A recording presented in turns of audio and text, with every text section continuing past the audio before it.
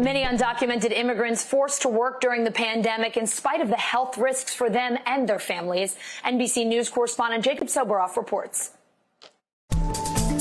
What we do is an act of love and solidarity. The very people who have helped us for many years now need help. Pablo Alvarado co-heads a national network that assists day laborers, a group that's been largely unable to find work since the pandemic began. With no safety net for many of these workers, Pablo and community volunteers here in Pasadena, California, are left to fill the void.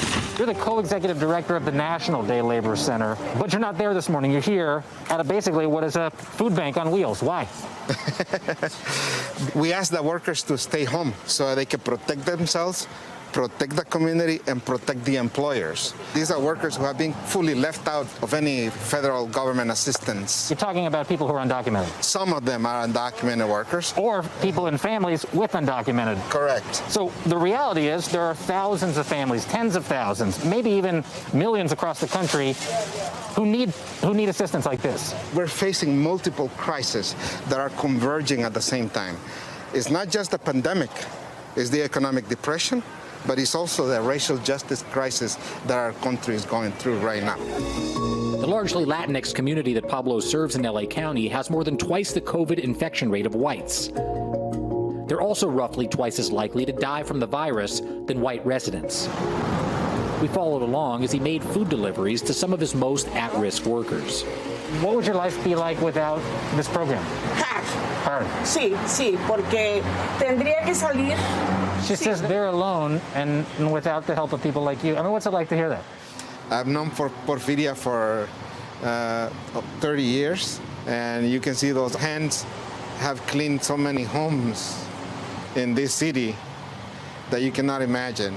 She's raised kids, other moms' kids. They've given everything. At the end of the day, the only safety net that they have is themselves and the organizations. Living right next door is another worker Pablo's been helping, Marta. Do you work? I used to. You used to. And what were you doing before COVID? House cleaning. House cleaning. Mm-hmm. And since COVID? House cleaning in my house, but in your house, but without payment. What's that feel like to you? Well, I think that the harder thing for us is money to pay the rent. The workers that have been mostly affected by the pandemic, restaurant workers, household workers, the low-wage workers, bringing the food helps, but it's not what's going to get people out of this difficult reality that people find themselves in. And what will? Jobs, good paying jobs with good working conditions and good wages, so that families can live a life of dignity. Jacob Soboroff joins me now from Los Angeles. And I think, Jacob, the one big question that's glaring here is anyone doing anything to help these undocumented workers?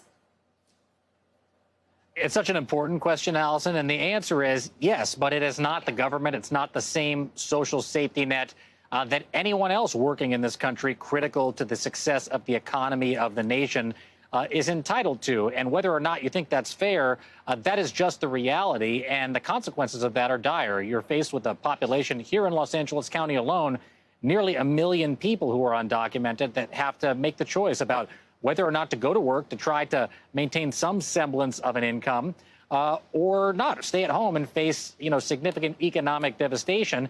And remember, you go out and you try to work during this time, you are putting your life and the life of your family at risk, which is why, the numbers were in the story, the disproportionate impact of this virus on Latinos, the Latinx community that we're seeing in L.A. Jacob, it is really startling and upsetting to see people who are working so hard and aren't getting the help that they need. Thank you so much for shining a light on it.